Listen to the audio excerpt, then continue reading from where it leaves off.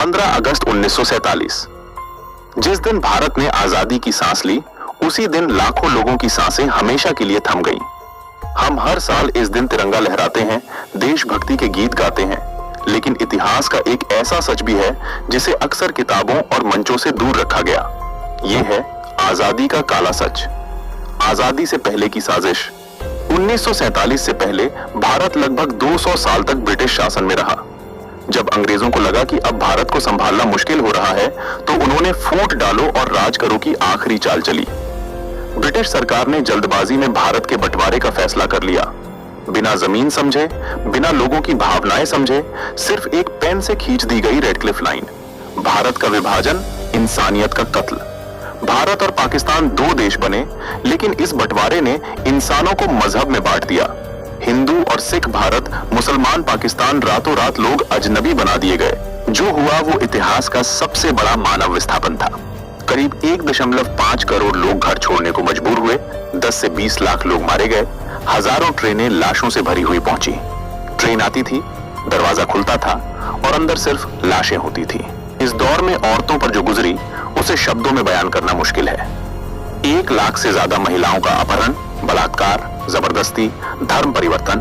कई परिवारों ने इज्जत बचाने के नाम पर अपनी बेटियों को मार दिया। ये आजादी नहीं, ये एक त्रासदी थी। पड़ोसी बना दुश्मन जो कल तक साथ रहते थे, आज वही एक दूसरे का खून बहा रहे थे। दोस्त, दुश्मन, मोहल्ले, कब्रिस्तान, मंदिर, मस्जिद, हिंसा के अड्डे। धर्म इंसान से ऊपर रख दिया गया। 1947 का साल, इतिहास में आजादी का साल, लेकिन आम इंसान के लिए यह साल एक सवाल बनकर रह गया। सवाल यह नहीं था कि देश आजाद होगा या नहीं, सवाल यह था कि इस आजादी की कीमत कौन चुकाएगा।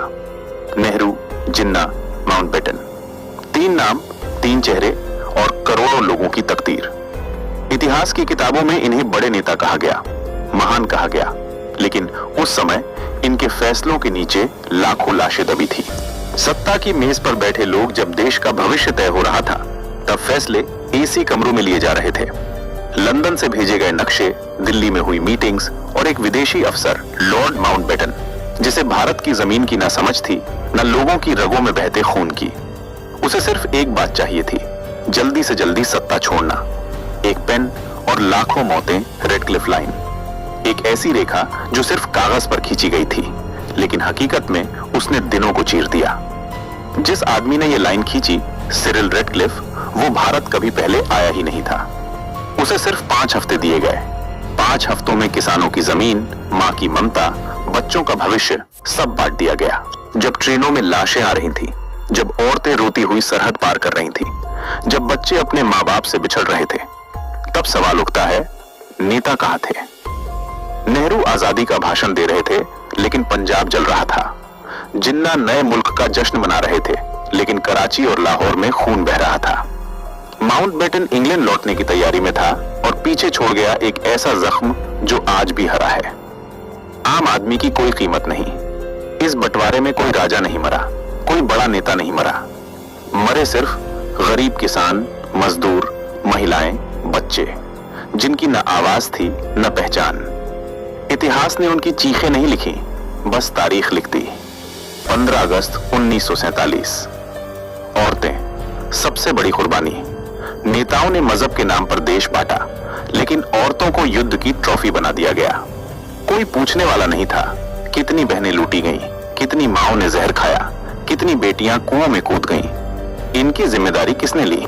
नेताओं ने समझौता किया, लेकिन नफरत छोड़ गए। जिस पड़ोसी के साथ कल रोटी खाई जाती थी, आज वही दुश्मन बना दिया गया। ये नफरत अपने आप नहीं आई थी, इसे राजनीति ने पैदा किया था। क्या यह टाला जा सकता था? इतिहासकार आज भी पूछते हैं, अगर बंटवारा धीरे होता, अगर तैयारी होती, अगर सुरक्षा होती, तो क्या लाखों जानें बच सकती थी? शायद हां, लेकिन जल्दबाजी, राजनीतिक दबाव और सत्ता की भूख ने इंसानियत को कुचल दिया। आज सवाल हमसे है। आज 75+ साल बाद हम तिरंगा उठाते हैं, लेकिन क्या हम उस दर्द को समझते हैं? क्या हम जानते हैं कि यह आजादी खून से सनी हुई है?